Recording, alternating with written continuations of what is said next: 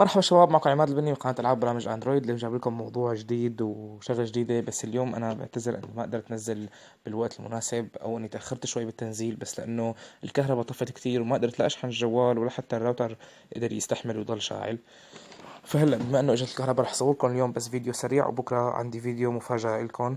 واي شيء مثل ما قلت لكم تحتاجوه اكتبوا لي اياه بالتعليقات لحتى انزل لكم اياه، ان كان تحدي كلاش رويال، كلاش اوف كلانس، او اي برامج بدكم اياها ننزل لكم اياها.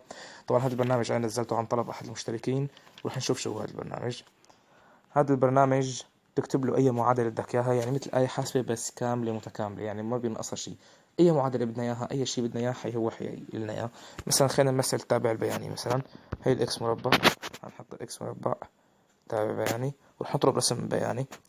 رح يطلع لنا الرسم البياني تبع التابع اكس مربع وبشكل صحيح يعني. تمام.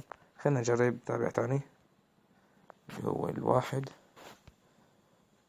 واحد على اكس، هنحذف هي الواحد، هنحط واحد على اكس، رح نكتب رسم بياني.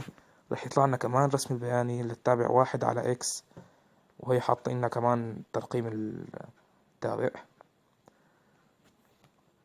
طب خلينا نجرب نحسب نهايات لأي تابع كان. خلينا نجرب. عندما الإكس 9 إلى الزائد لا نهاية، هي لا نهاية. خلينا نكتب تابع وحنصعبه شوي. خلينا نجرب إكس مربع ناقص 5 زائد 6. تمام.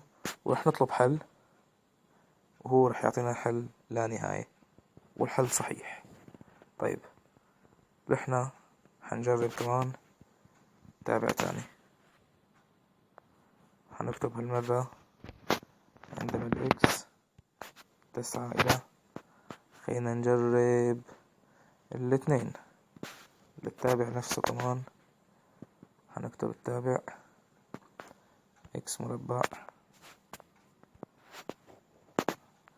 ناقص 5 زائد 6.